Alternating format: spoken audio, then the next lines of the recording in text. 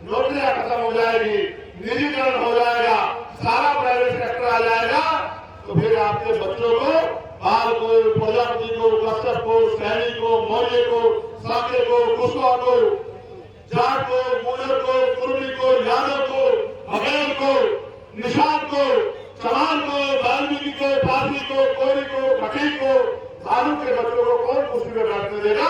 आज भी देश में ज्ञान बराबरी है, आज भी देश में समानता है। मांगने से कुछ नहीं देगा दोस्तों, हमें अपने हक की आवाज उठानी पड़ेगी। और आप महसूस करो और गौर से सुनना, न हम सफर से निकलेगा, न हम नशी से निकलेगा, हमारे पांव का कांटा हम ही से निकलेगा। समस्या हमारी है, समस्या हमारी है, समाधान हमें ढूंढना पड़ेगा। किसी पीडीए के भरोसे मत रहो। आजाद समाज पार्टी माननीय काशीराम साहब के बहुजन आंदोलन को आगे बढ़ाने का काम कर रही है। बहुजन समाज में भाईचारा पैदा कर लो, राज भी आपका होगा, रोजगार भी आपको मिलेंगे, सम्मान का जीवन भी मिलेगा, और कोई आपकी तरह, आपकी बेटियों की तरफ, आपके बच्चों की तरफ आंख उठा के देख पाएगा। मेरी बात को आप याद रखें। मैं आपसे, आप मुझे पार्लियामेंट में सुनते होंगे, मैं हमेशा अंतिम व्यक्ति की आवाज उठाने का काम करता हूँ। अगर किसी पर जुल्म होता है तो उस जुल्म का जवाब मांगने का काम करता हूँ। आशा आंगनबाड़ी बहने, बहुजन माता रोजगार सेवक, ग्राम सेवक, इनके वेतन वृद्धि के लिए लड़ता हूँ। पीआरटी के जवानों के लिए, होमगार्डों के जवानों के लिए उनकी आवाज उठाने का काम करता हूँ, उनकी वेतन वृद्धि के लिए लड़ता हूँ। मैं ही था जिसने 29 अप्रैल को पार्लियामेंट में सवाल खड़ा किया था कि न्यूनतम वेतन 700 रुपए होना चाहिए, जिसके बाद सरकार को न्यूनतम वेतन 783 रुपए करना पड़ा। मैं ही था जिन्होंने किसानों की आवाज उठाई। मैं ही था जिन्होंने वक्त का मामला हो या कोई और मामला हो, चाहे नेशनल का मामला हो, चाहे अखलाक का मामला हो, चाहे एनआरसी का मामला हो, चाहे मौलाना साहब का मामला हो, चाहे मौलाना करीम सिद्दीकी का मामला हो, जिन पे भी जुल्म हुआ, जिनके घरों में भी बुलडोजर हुआ, बुलडोजर चला, उनको न्याय दिलाने का और उनकी आवाज उठाने का काम इसने किया। मैं वही चंद्रशेखर आजाद हूँ जो आज आपके बीच में भोजपुर में खड़े होकर आपसे मदद मांगने आया हूँ।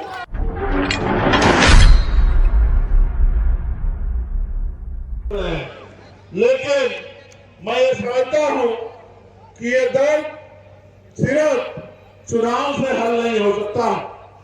इस दर्द को अगर हल करना है तो हमें अपने लोगों को निरंतर जागरूक करना पड़ेगा।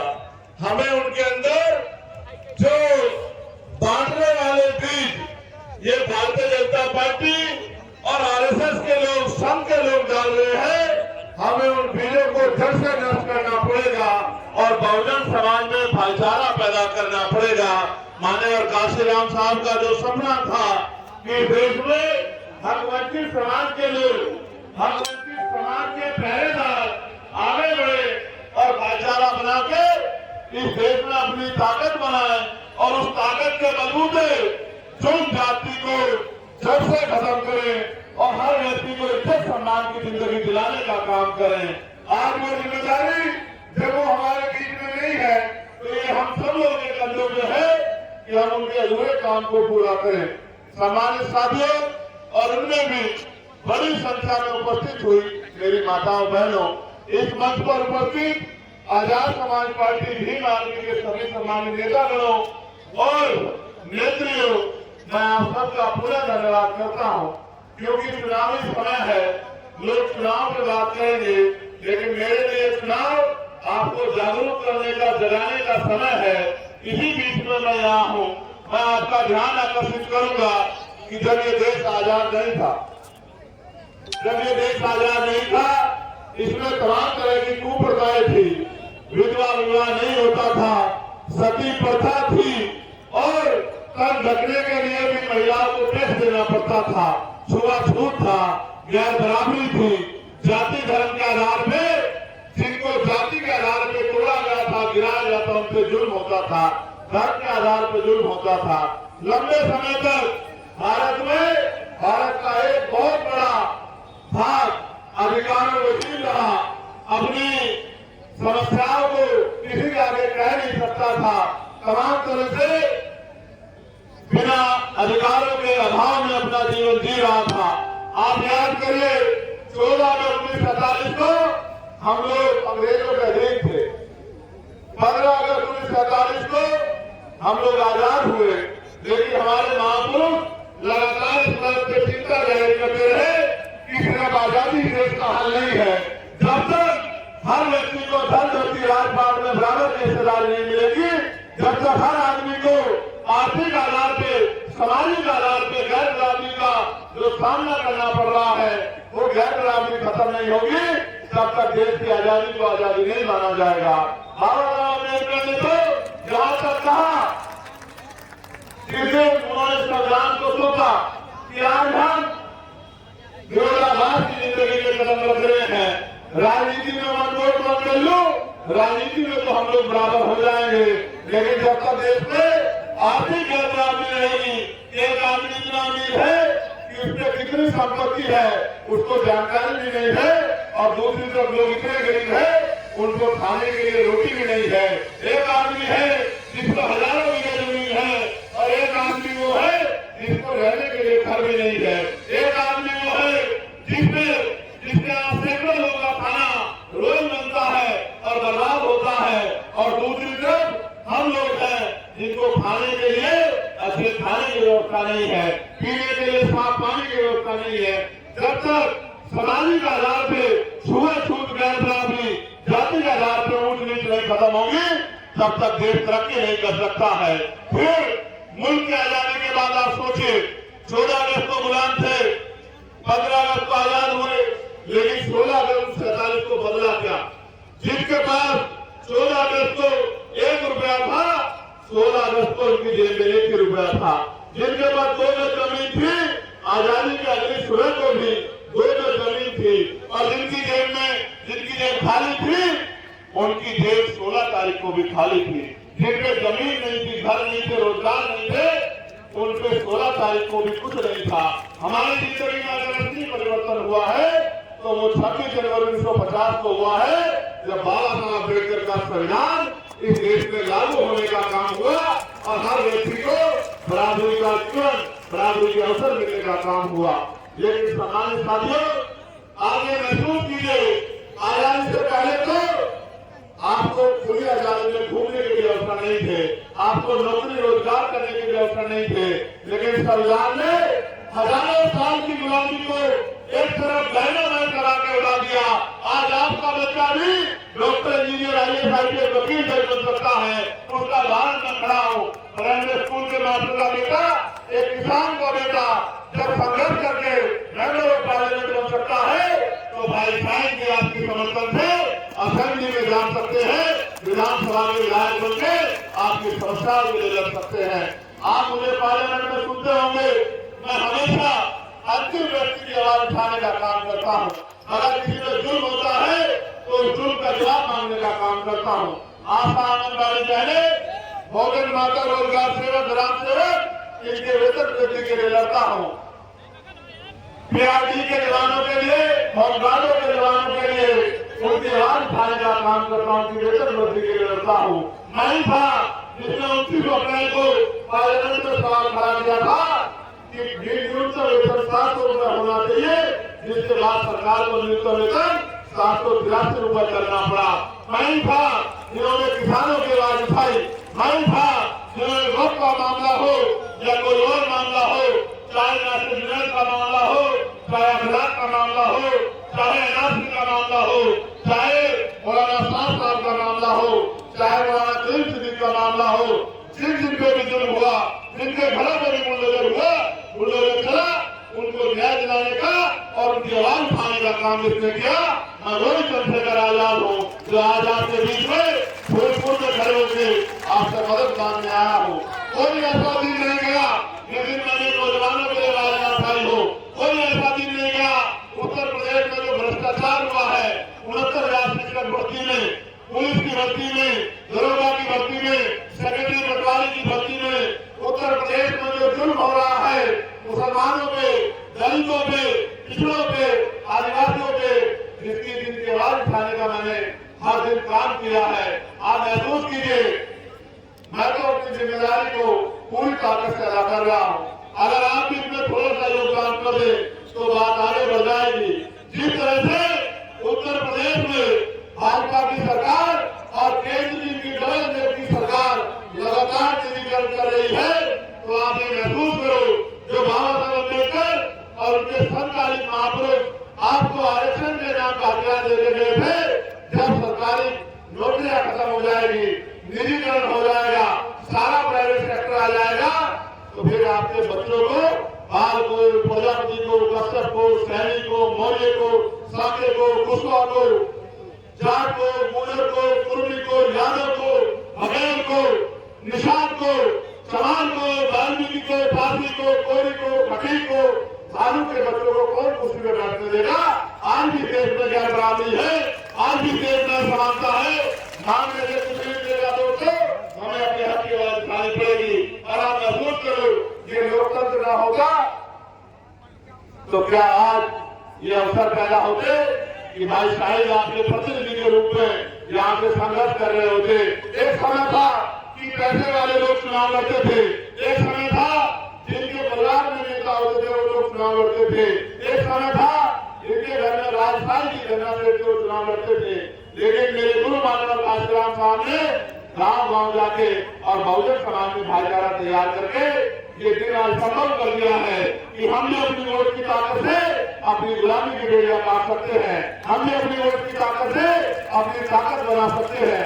मेरे मन में तो बहुत कुछ करने को है और मैं आपको विश्वास दिलाता हूँ कि हम उसको करके भी दिखाएंगे।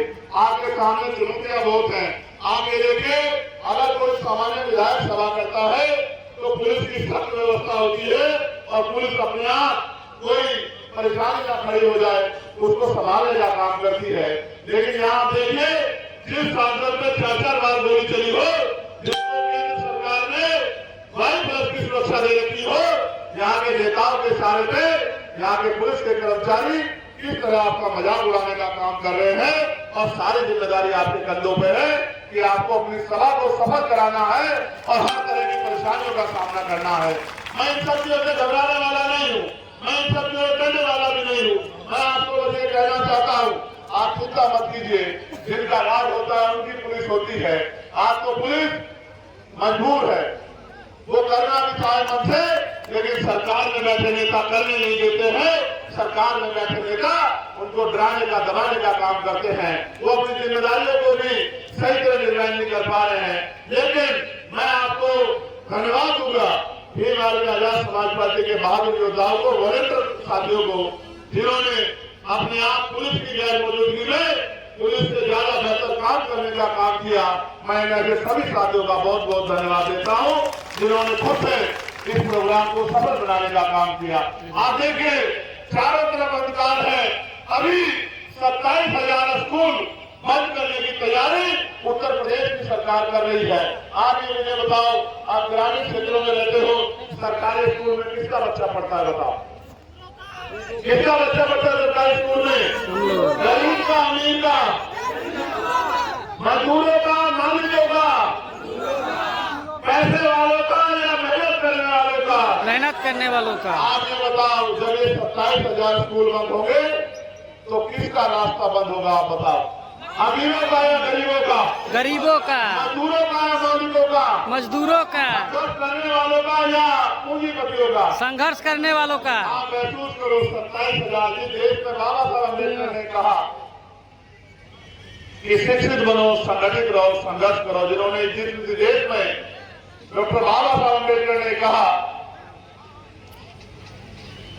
कि शिक्षा श्रेणी का वो दूध है जो पिएगा वो दहाड़ेगा, उस देश में ये सत्ता में बैठे लोग जो सबके साथ सबके विकास की बात करते हैं और जो लोगों को डराने के लिए कहते हैं कि बचोगे तो कटोगे, वो एक बार नहीं कहते कि प्राइवेट स्कूलों में गरीब का बच्चा नहीं घुस सकता है। हम सरकारी स्कूलों को बंद करने की बजाय इन सरकारी स्कूलों को सुधारने का काम करेंगे, जिससे गरीब का बच्चा बेहतर से बेहतर एजुकेशन लेके आगे बढ़ने का काम करे। ये सत्ता हथियार है, इसका भी मैं आपको एहसास कराऊंगा। लेकिन आप महसूस करो, मैंने कल ही पत्र लिखा था, 1,42,000 सरकारी नौकरियां अध्यापकों की है। आपके दलित पिछड़े वर्गों के बच्चों को उसमें लगभग 49% रिजर्वेशन मिलेगा, यानी कि 1,40,000 में से लगभग 70,000 नौकरियां आपके घरों में आएंगी। 70,000 नौकरियां आपके घरों में आ जाए, इसलिए सरकार स्कूल बंद कर सकती है, लेकिन पढ़े लिखे नौजवानों को नौकरी नहीं दे सकती। दिल्ली की सरकार के नेतृत्व में उत्तर प्रदेश विकास की तरफ आगे बढ़ने की बात हो रही है। मैं आपको एहसास कराता हूं कि सत्ता क्या है। बिजली के दाम उत्तर प्रदेश में सबसे ज्यादा, जैसे सोने के कारोबारी हो, वहीं लाख करोड़ रुपए ये पैसे वालों के, पूंजीपतियों के, बिजनेसमैनों को उद्योगपतियों के माफ करते हैं। अगर 10,000 रुपए का बिल नहीं दोगे तो आपका कनेक्शन इनके लोग आके काट देंगे और आपको अंधेरे में रात व्यतीत करनी पड़ेगी। ये सत्ता में बैठी उत्तर प्रदेश की सरकार हमारे साथ कर रही है। जहां एक तरफ आप महसूस करके देखो नौजवानों, मेरी माओ बहनों, बड़े बुजुर्गों, कि सत्ता के दम पे आज गरीबों को कुचला जा रहा है। जिन बस्तियों में 70-70 साल से आप रह रहे हो, जिन जमीनों को संघर्ष करके, मेहनत करके आपने रहने योग्य बनाया, आज कोई भी नोटिस आ जाता है कि ये कॉलोनी अवैध है, ये बस्ती अवैध है, ये मकान अवैध है, इनको बुलडोजर से गिराया जाएगा, जल्दी से जल्दी अपना सामान समेट लो। सरकार का काम बसाना होता है, उजाड़ना नहीं होता। लेकिन ये निकम्मी सरकार गरीबों के घर उजाड़ने का काम करती है। मैं आपको बताना चाहता हूँ, पेट्रोल के दाम सरकार तय करती है, डीजल के दाम सरकार तय करती है, अच्छे स्कूल कहाँ बनेंगे सरकार तय करती है, अच्छे हॉस्पिटल कहाँ बनेंगे सरकार तय करती है, उद्योग धंधे कहाँ रहेंगे सरकार तय करती है, नौकरी रोजगार मिलेगा नहीं मिलेगा सरकार तय करती है, अपराध होने पे न्याय मिलेगा नहीं मिलेगा सरकार तय करती है, विकास होगा नहीं होगा, सड़कें बनेगी नहीं बनेगी, पानी साफ सुथरा मिलेगा नहीं मिलेगा, ये सब चीज सरकार तय करती है और सरकार हमारे वोट से बनती है। लेकिन हम कभी ये नहीं सोचते, हम 10 रुपए का सामान लेने जाते हैं तो सामान को कई बार पलट कर देखते हैं कि सामान खराब तो नहीं है, सामान बेकार तो नहीं है, सामान टूटा हुआ तो नहीं है। लेकिन जब करोड़ों रुपए की वोट डालने जाते हैं, करोड़ रुपए से कीमती बाबा साहब अम्बेडकर के 4 बच्चों की कुर्बानी से मिली वोट डालने जाते हैं, एक बार नहीं सोचते कि जिसको वोट दे रहे हैं ये हमारे काम आएगा नहीं आएगा, हमारी आवाज उठाएगा नहीं उठाएगा, हमारे बच्चों को अच्छी शिक्षा दिलाएगा नहीं दिलाएगा, हमारे लिए अच्छे हॉस्पिटल बनाएगा नहीं बनाएगा, हमें सम्मान की जिंदगी दिलाएगा नहीं दिलाएगा। हम भेड़ चाल होकर वोट देते रहते हैं। आप ईमानदार से अपने दिल प्यार करके बताओ, मैंने आपको कोई पैसा नहीं दिया है। जो कुछ आज प्यार कमाया आपके दिलों में, हमारे आजाद समाज पार्टी के लोगों ने वो संघर्ष करके कमाया, आपकी लड़ाई लड़के बनाया है। आपके संघर्षों के मामले में आपके साथ कंधे से कंधा मिला के बनाया है। मैं खुद की बात करूं, 16 महीने जेल काटे, उस तक नहीं कहा। उसके बाद एनआरसी का मामला आया, दिल्ली में 29 दिन तक जेल काटी। मैं पहला आदमी था जिसने लाठियां खाई, जिसके पैरों के नखून खींच लिए गए। ये दिल्ली में सतगुरु रविदास जी महाराज गुरु घर टूट दिया गया, तोड़ दिया गया, तो मैं 66 दिन तक जेल में रहा और फिर भी मैं इनसे नहीं दबा, इनसे नहीं डरा, सड़कों में संघर्ष करता रहा, सरकार से न्याय मांगता रहा। किसी भी क्षेत्र का मामला हो, किसी भी प्रदेश का मामला हो, सब जगह जाके आवाज उठाता रहा। और जब इन लोगों को लग गया कि ये आदमी ताकतवर हो रहा है, तो इनके गुंडों ने मेरे ऊपर 4 गोली चलाई, आपने देखा होगा। और फिर भी मेरी जान बच गई, क्योंकि अभी जिस काम के लिए मुझे कुदरत ने तैयार किया है वो काम अधूरा है। जब तक आपकी गुलामी की बेड़ियां नहीं करती, जब तक आपको इज्जत सम्मान की जिंदगी नहीं मिलती, जब तक आपके जाति के आधार पर जो जुल्म हो रहा है, धर्म के आधार पर जो जुल्म हो रहा है, जब तक वो बंद नहीं होता, तब तक मैं इसे मरने वाला नहीं हूं। और ये सरकारी नौकरी अगर खत्म करने का प्रयास करेंगे तो मैं आपको वचन देकर कहता हूं कि आप मुझे ताकत देना, आप आजाद समाज पार्टी को ताकत देना, पूरे प्राइवेट सेक्टर में आरक्षण लागू करवाने का काम हम लोग करेंगे और आपके बच्चों को नौकरी दिलवाने का काम हम लोग करेंगे। इस सरकार से हर मोर्चे पर लड़ने का काम करेंगे। आप मेरी बात पर गौर करो, अगर ये 2-3 काम हो जाएंगे तो आपका आधा खर्चा कम हो जाएगा और आपके घर में पैसा आएगा। क्या पहला काम, मैंने पार्लियामेंट में भी कहा, एजुकेशन पॉलिसी ऐसी होनी चाहिए कि चाहे प्राइमरी स्कूल के मास्टर का बच्चा हो, चाहे गांव के प्रधान का बच्चा हो, चाहे पीडीसी जिला पंचायत का बच्चा हो, चाहे विधायक का एमपी का बच्चा हो, चाहे डीएम एसएसपी का बच्चा हो, चाहे मंत्री का, मुख्यमंत्री राज्यपाल का बच्चा हो, चाहे केंद्रीय मंत्री का बच्चा हो, चाहे सांसद का बच्चा हो, चाहे वो प्रमुख सचिव का, गृह सचिव का, कुलपति का, किसी का बच्चा हो, उन सबको शिक्षा समान मिलनी चाहिए, सरकारी स्कूल में मिलनी चाहिए। लेकिन एक कुर्सी पे डीएम का बच्चा बैठ के पढ़ेगा, बराबर वाली कुर्सी पे एसपी का बच्चा बैठ के पढ़ेगा, तीसरी कुर्सी पे मंत्री का, विधायक का, सांसद का बच्चा बैठ के पढ़ेगा, और चौथी कुर्सी पे मेरे जैसे किसान का, मजदूर का बच्चा पढ़ेगा। तो आप देखना कि उसको भी बराबर की एजुकेशन मिलेगी। और जितनी देश में समान एजुकेशन पॉलिसी लागू हो गई, ये गरीब के बच्चे अमीरों को पीछे छोड़ के सबसे आगे निकल जाएंगे, अपने माँ बाप की गरीबी को दूर करेंगे, इज्जत सम्मान की जिंदगी उनको दिलाएंगे। दूसरा, आप मुझे बताओ, क्या आपके क्षेत्र में सरकार ने 2 धंधे लगाने का काम किया? एक काम तो सरकार ने किया कि आप जो गांव में एकजुट रहते थे, नफरत फैला के, धार्मिक नारे लगा के, लोगों को डरा के, लोगों के मन में भय पैदा करके, उनके मन में गुस्सा तैयार करके, उनकी भावनाओं से खेल के अपने आप को सत्ता में लाने का काम तो किया है। और 5 किलो राशन देके आपकी करोड़ रुपए से कीमती बाबा साहब अम्बेडकर के चाचा बच्चों कुर्बानी से मिली वोट को छीनने का काम तो किया है। मैं आपको कहना चाहता हूं बहुत जिम्मेदारी से, चाहे इनका बुलडोजर हो या इनकी गुंडागर्दी हो, इस बुलडोजर को और इनकी गुंडागर्दी को आने वाले समय में सबक सिखाने का काम करेंगे और इनके बुलडोजर, इनकी गुंडागर्दी को उठा के रखने का काम करेंगे। मैं आपसे ये भी कहना चाहता हूं, भाई साहिब आपके बीच में मेहनती आदमी है, संघर्षशील आदमी और लंबे समय से यहाँ सेवा कर रहे हैं। मैं भी पिछली बार आया था तो 4 सभा करके फूलपुर में गया था। फूलपुर के हमारे पार्टी के नेताओं ने, कार्यकर्ताओं ने मुझसे वादा किया था कि इस बार जिसको भी आप प्रत्याशी बना के भेजोगे हम लोग उसकी मदद करेंगे। मैं आपको पूछना चाहता हूं, क्या उस वादे को निभाने के लिए आप लोग तैयार हो? दोनों हाथ उठा के बताओ, तैयार हो? तो क्या भाई साहिब की मदद करने के लिए तैयार हो? क्या अपनी ताकत बढ़ाने के लिए तैयार हो? क्या अपने बच्चों को आगे बढ़ाने के लिए तैयार हो? क्या इन जुल्म जाति गुंडागर्दी का जवाब वोट की चोट से देने के लिए तैयार हो? क्या बहुजन समाज में भाईचारा बनाने के लिए तैयार हो? एकजुट रहने के लिए तैयार हो?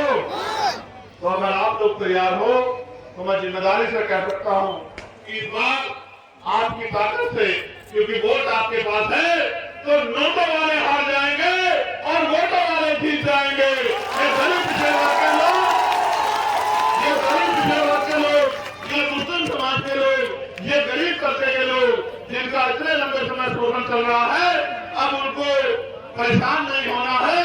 उनके आवाज उठाने के लिए आजाद समाज पार्टी भीम आर्मी मैदान में है और वो तब तक मैदान में रहेगी जब तक आपको इज्जत सम्मान का जीवन नहीं मिल जाता। और मैं तो माननीय काशीराम साहब को नेता मानता हूँ। वो ये कहा करते थे कि मान लो तो हार और ठान लो तो जीत। आपने ठाना है नहीं ठाना है? बताओ। ठान लिया है। क्या साहिब भाई को विधायक बनाना है नहीं बनाना है? बताओ। अगर आपने ठान लिया तो फिर जो लोग आपके जातों के आधार पर अपमानित करने का काम आप लोग कर रहे हैं, जो झूठा पीने का नारा देके आपकी वोट तो लेते हैं, लेकिन जब आप पे जुल्म होता है तो आंखें बंद कर लेते हैं। ऐसे लोगों को भी सबक सिखाने का काम इस बार कर दोगे नहीं कर दोगे? कर देंगे। देखो मेरी बात को याद रखना,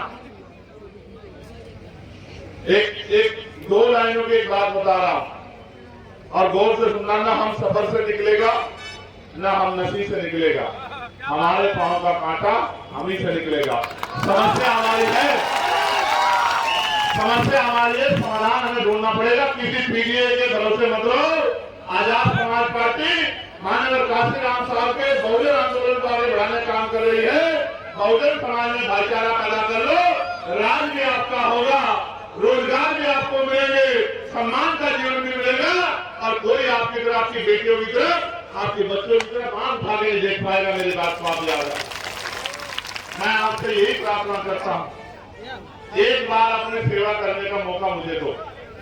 भाई साहिब को जो आप वोट दोगे, जैसे जैसे केतली का बटन दबाओगे, वैसे वैसे चंद्रशेखर आजाद के हाथ मजबूत होते जाएंगे, वैसे वैसे सोनम सिसोदिया के हाथ मजबूत होते जाएंगे, वैसे वैसे आपके जिले के लोग के हाथ मजबूत होते जाएंगे और जैसे जैसे इनके हाथ मजबूत होंगे वैसे वैसे आप पे जुल्म करने वाली ताकतें कमजोर होती जाएंगी।